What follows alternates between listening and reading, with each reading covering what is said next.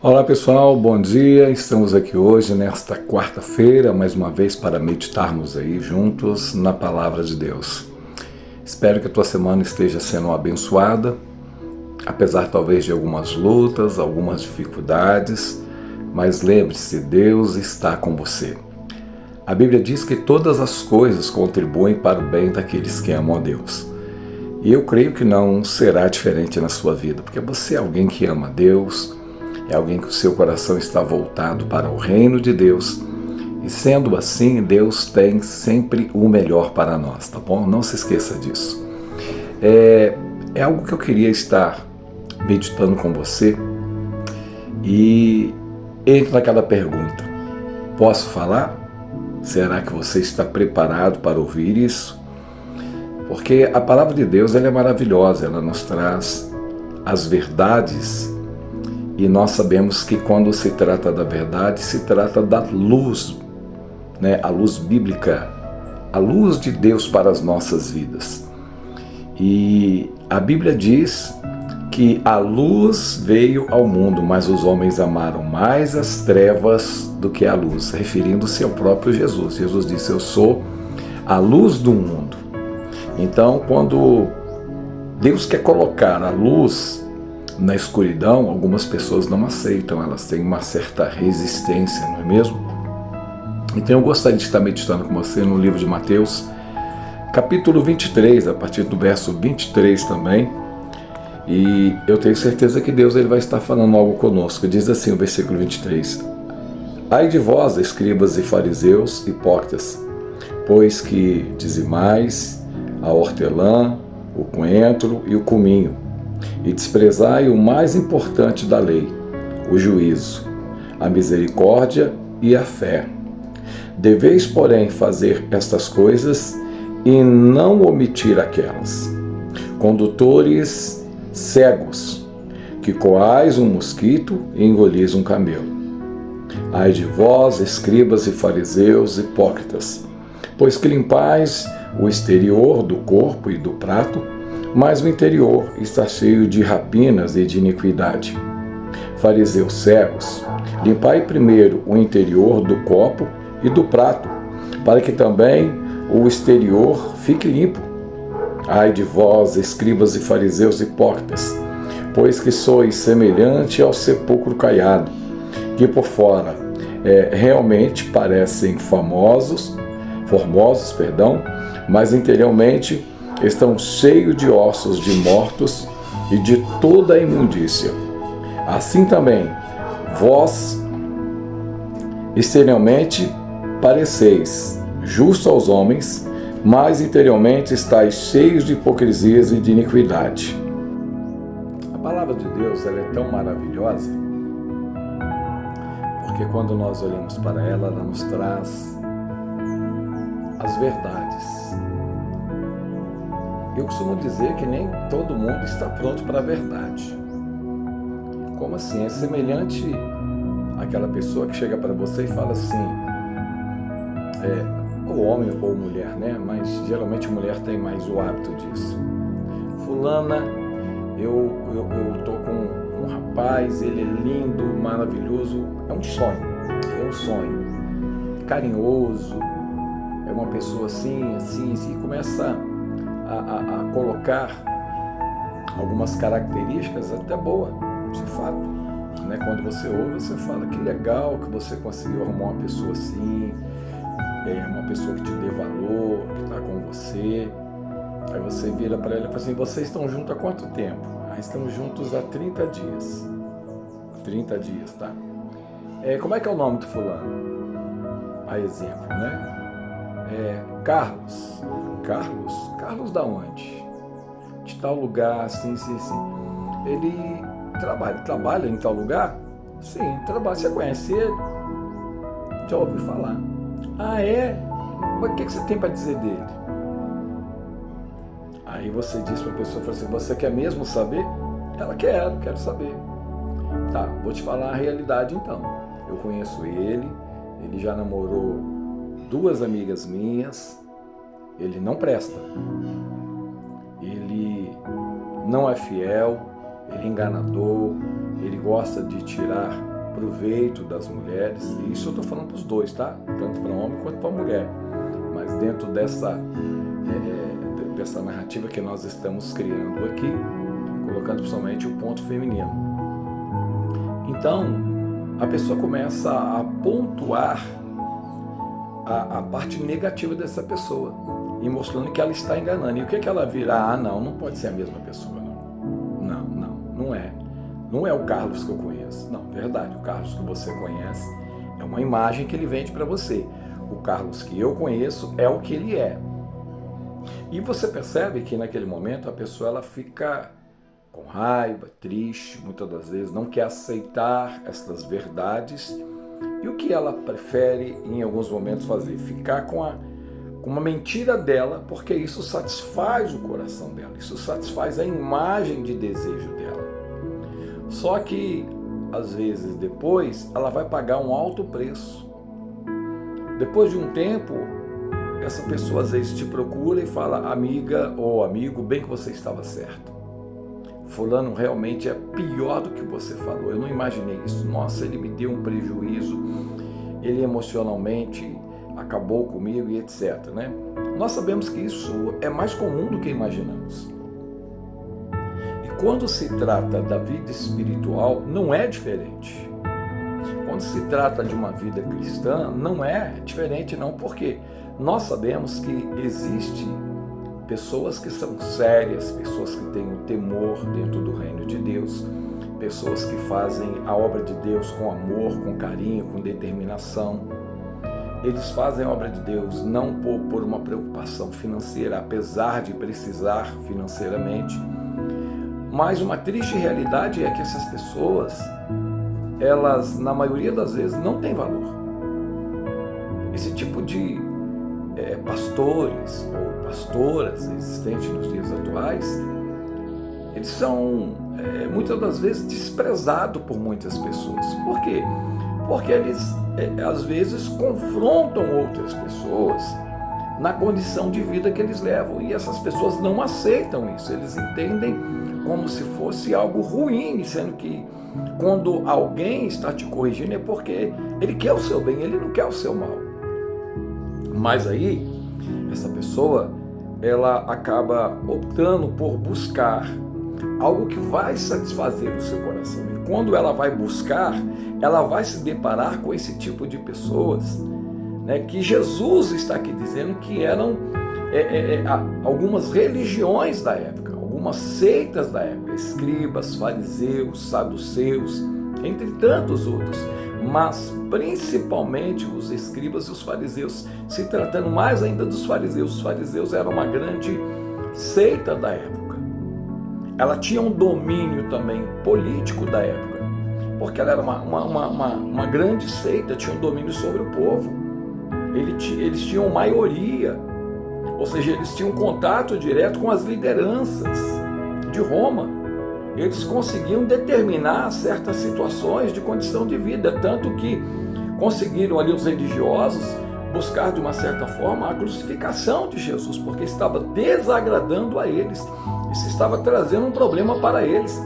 E Jesus, por algumas vezes, teve alguns embates com eles, e eles não aceitavam o que Jesus falava, porque o que Jesus falava era contra aquilo que eles pregavam, apesar deles se basearem no Velho Testamento. Jesus não invalidou, mas Jesus estava mostrando uma visão para eles. Quando Jesus curou no sábado, eles ficaram revoltados com isso, não aceitaram Jesus curar no sábado.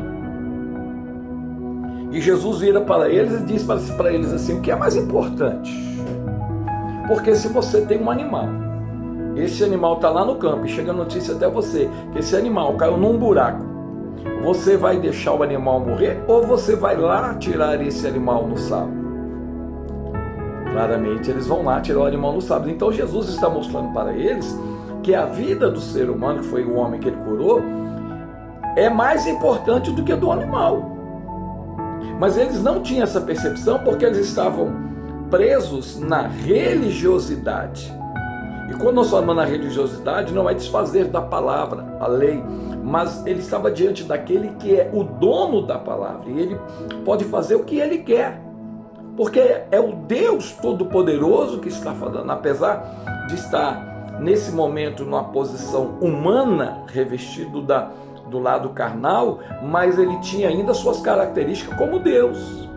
Mas eles não conseguiam enxergar isso. E por que eles não enxergavam? Porque eles estavam presos aos seus dogmas, assim como muitas pessoas não conseguem ser misericordiosos, não conseguem entender as outras pessoas, porque eles criam uma linha doutrinária e essa linha, em alguns momentos, ela é rígida por demais.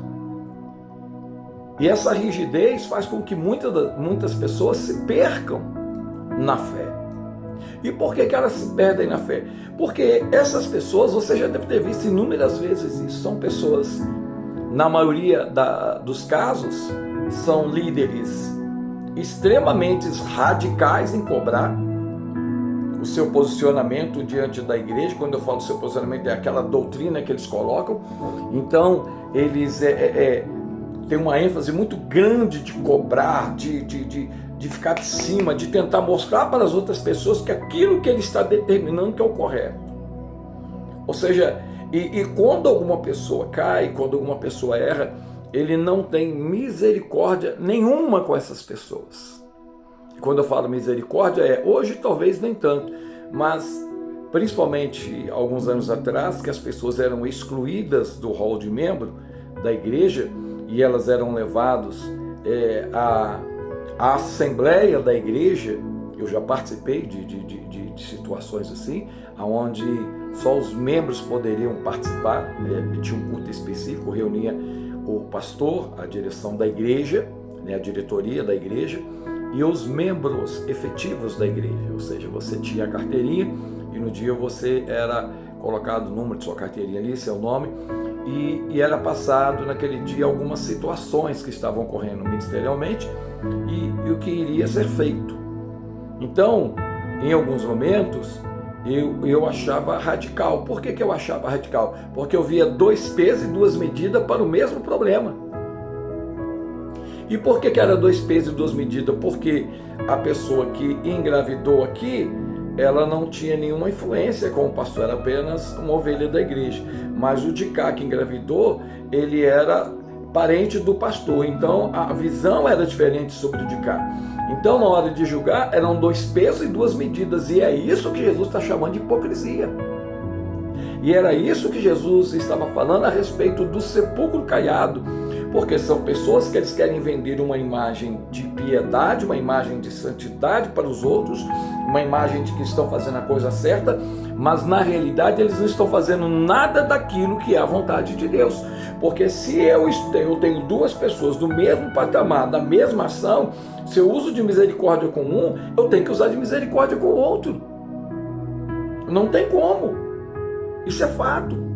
A Bíblia traz essa narrativa quando um credor, estava devendo ali e de repente o seu senhor manda cobrá-lo. E nesse momento ele fala, vai lá cobrar, eu preciso que você receba dele. Um exemplo, vou te citar aqui um valor, se fosse os dias atuais. Ele está me devendo 2 milhões de reais. Ele pegou muita coisa comigo e eu quero receber. E ele vai lá naquele momento, manda os seus empregados, vão lá, buscam esse homem. E ele fala, não tem. Vai lá, busca ele e joga ele na prisão. Ele está lá na prisão para poder pagar a dívida. E daqui a pouco ele tem uma audiência, naquele momento, com a pessoa que ele deve. Então, quando ele chega diante dele, ele fala assim, meu Senhor, me perdoa, assim, eu tenho passado uma dificuldade muito grande. Só lembrando, abrindo um parênteses aqui, que naquela época, quando você não tinha dinheiro, você tinha que pagar com a família. A família virava escravo, tomava os seus bens, os seus animais, tudo era tomado para poder pagar aquela dívida. Então não era apenas uma dívida. E naquele momento ele diz, meu Senhor, tenha misericórdia do teu servo. O teu servo tem passado momentos difíceis, eu também não tenho recebido, eu vendi, as pessoas não me pagou.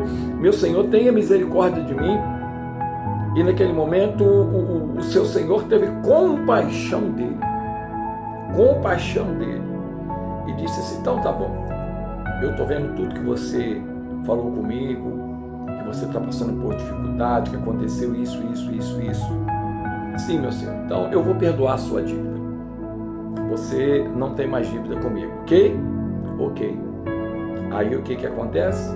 Esse homem sai todo empolgado, todo alegre da casa do seu senhor, e quando ele chega na rua, ele olha e tem uma pessoa que estava devendo ele.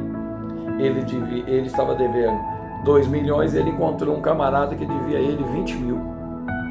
E na hora que ele avista essa pessoa, ele já chega agredindo verbalmente, já chega agredindo fisicamente, fala: maldito, você me deve, você não me paga, você é isso, você é aquilo, você tem que me pagar.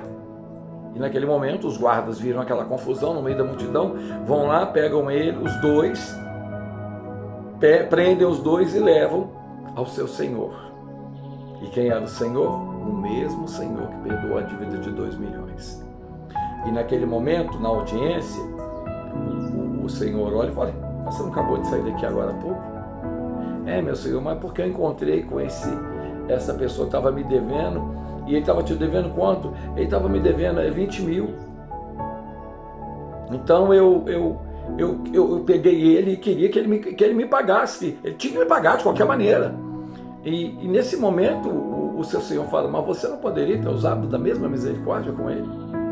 Eu não usei de misericórdia com você num valor muito maior, eu não te perdoei, e você não perdoa ele na sua dívida. Você é um servo mau. Por isso, os guardas agora vão te pegar e vão te lançar na prisão. E prenderam ele e o lançou na prisão.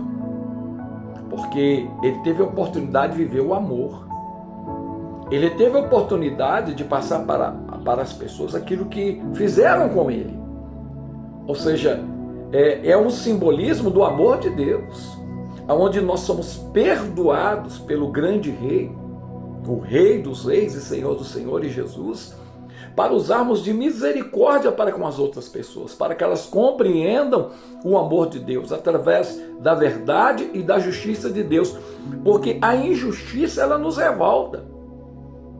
É só ver tantas coisas que acontecem no mundo e o que estamos vivendo hoje no Brasil, como que a injustiça, ela nos revolta. Onde uma pessoa que rouba uma galinha, ela fica presa 1 ano, 2 anos, e alguém que estava aí com 500 quilos de droga, do jeito que ele entrou, ele sai. Aonde que uma pessoa que cometeu um ato pequeno, ele fica preso, e quando homens violentam uma mulher, esquarteja ela, e a juíza diz: não, eles não oferecem nenhum perigo à sociedade, não pode soltar eles. Isso não é revoltante? Isso não nos machuca? E era mais ou menos isso que estava acontecendo. Eles eram religiosos, mas queriam pregar algo para o povo que eles mesmos não viviam. Pelo contrário, eles sugavam o povo. Eles vendiam uma imagem para o povo para sugar deles. Assim como nos dias atuais, está cheio de pessoas que se dizem líderes religiosos, mas são enganadores, mentirosos, são usurpadores, enganam o povo facilmente. Por quê? Porque o povo está na sede, não de Deus, mas se permitir ser enganado, porque não querem a verdade. E não tem como você viver uma vida com Deus sem a verdade. Jesus disse: eu sou o caminho, a verdade e a vida, e ninguém vai ao Pai senão por Ele. Então, se você não quer a verdade, se você não quer o caminho e quer a vida, não tem como sem você passar por um caminho estreito, o caminho estreito da verdade bíblica. Agora, eu não estou aqui para condenar, porque as pessoas, eu volto a dizer, algumas pessoas erraram e erram até hoje, porque eles colocam algumas formas de dogmas como se fossem doutrinas bíblicas. E não é. Vou te dar um exemplo para você entender. Que quando você chegar aqui na igreja, você tem que tirar a sandália. Tá, isso aí foi lá atrás, quando Deus disse para Moisés. Mas isso não tem nada a ver com a igreja atual. Pastor, mas lá na igreja, para mim entrar lá dentro, eu tenho que tirar o sapato. Ok, é um dogma religioso. Você aceita isso? Ok, mas isso não pode ser acima da palavra de Deus, aonde você coloca: se você pisar aqui de chinelo, se você pisar aqui de sapato, o Espírito Santo vai pesar a mão sobre você. Você vai ver um anjo pesando a mão sobre você. Aí já é doutrina, já é heresia total. Aí já não tem nada a ver com a palavra de Deus. Aí já é coisa completamente do homem. É o que Jesus disse sobre os fariseus. Eles tinham todo um ritual, e esse ritual também baseando-se no Velho Testamento. Sobre a lei, guarda do sábado, eles tinham o costume de lavar as mãos antes de comer, e todo um ritual que você pode pesquisar depois com mais calma sobre as formas, o ritual dos fariseus. Você pode dar uma olhada dos escribas e dos fariseus. Você pode dar uma olhada depois com calma. Então eu entendo que algumas pessoas elas fazem isso porque é um meio dela aprender você. Porque dá a impressão que você é mais santo do que o outro. Dá a impressão que o ministério que você está nele é melhor que o outro. E isso é terrível. Eu cansei de ver isso, você vai lembrar? Eu cansei de ver isso, ou melhor, ouvir, né? Que antigamente não se via ainda. Quando você estava ouvindo o rádio e você via esse líder entrevistando supostamente, ou uma pessoa que estava endemoniada, e ele virava para o demônio e falava assim: demônio, o que você está fazendo nessa vida? O demônio falava: eu estou destruindo ela, eu vou acabar com a vida dela. Demônio, e por que você está nessa vida ainda? É porque ela tem ido em certas igrejas que não tem Deus, não é isso? Demônio, não tem não, mas aqui tem. Parece até que estava meio de colui, demônio. Aí ele virava e falava assim: mas você está lá na quadrangular, não tá, o demônio? Eu tô. Você está lá na Batista, não tá? Você não está agindo lá na igreja Batista? Tô. Você está agindo na igreja Casa da Bênção, não tá, demônio? Você não tem liberdade? Eu tenho. Você está lá na igreja Assembleia de Deus, você não está, demônio? Tô. E aqui? E aqui você está, demônio? Não, aqui não. Aí dá glória a Deus, igreja. Hipocrisia. Isso não tem nada a ver com Deus. E quantas milhares ou milhões de pessoas foram enganadas com isso? E eu falo enganado, sabe por quê? Você deve saber qual igreja que eu estou falando. Depois veio à tona muita coisa. Pega um documentário que tem no YouTube sobre a história de vida, sobre o que aconteceu, o racha que teve, para você entender na realidade o que eu estou falando aqui. Você não tem que ser apegado a homens, mas você precisa honrar homens e mulheres que têm um critério na sua vida de amar a Deus sobre todas as coisas. Você é enganado porque você vai no oba-oba. Você é enganado porque você vai atrás não daquilo que vai preencher a sua alma, mas você vai atrás daquilo que vai preencher a sua carne. E o Espírito de Deus, ele não tem compromisso com a carne. O Espírito de Deus, ele não tem compromisso. Ele tem compromisso com a sua alma. Com a sua alma, quando ele preenche a sua alma preenche a sua carne também. Mas quando a carne preenche, o Espírito não consegue governar a sua vida.